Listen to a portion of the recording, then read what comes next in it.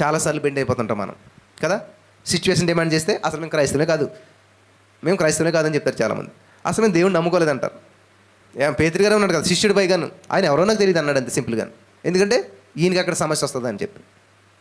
చూసారా, పేతురు గారికి శద్రక మేషక అబేద్నెగో వరకు ఉన్న తేడా చూసారా? ఏది ముందు జరిగింది ఇంతగానే? అంటే మన కళ్ళ ముందు ఒక సత్యం జరిగింది, దేవుని కొరకు నిలబడితే వచ్చే ఆశీర్వాదం ఏంటో చూశారు. అన్నీ తెలిసినటువంటి పేతురు గారు ఎలాగ అబద్ధం ఆడగలిగారంట? ఇదే మన పరిస్థితి ఈ రోజున. కొత్త నిబంధనలో అన్నీ తెలుసు, దేవుని వాక్యం తెలుసు, దేవుని వాక్యం కొరకు నిలబడ్డవారిని దేవుడు దీవించిన విధానం తెలుసు, దేవుడి కొరకు రోషంగా పౌరుషంగా ఎవరైతే నీతి నిజాయితీలతో దేవుని కొరకు నిలబడతారో వాళ్ళ జీవితంలో దేవుడు చేస్తున్న కార్యాలు తెలుసు. అయినా సరే తప్పుడు అడిగేస్తుంటాం మనం. ఎందుకంటే ఆ సమయంలో మనం విశ్వాసం పనిచేయదు, ఆ సమయంలో మన మైండ్ పనిచేయదు. శద్రక మేషక అబేద్నెగో గురించి పేతురు గారు కూడా తెలుసు, ఎందుకంటే ఎప్పుడో జరిగింది. ఇంత తెలిసిన పేతురు గారు ఏం చేశాడు? చిన్న పిల్ల అడిగితే నాకు తెలియదు అని దేవుడు.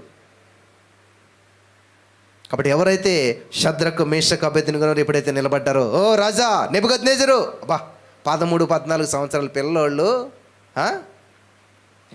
మహారాజుని పేరెట్టి పిలుస్తున్నారంటే వాళ్ళకి ఎంత దమ్ము ఉన్నది, ఎంత ధైర్యం ఉన్నది, దేవుడి పట్ల ఎంత ఆసక్తి ఉన్నదంటారు వాళ్ళకి.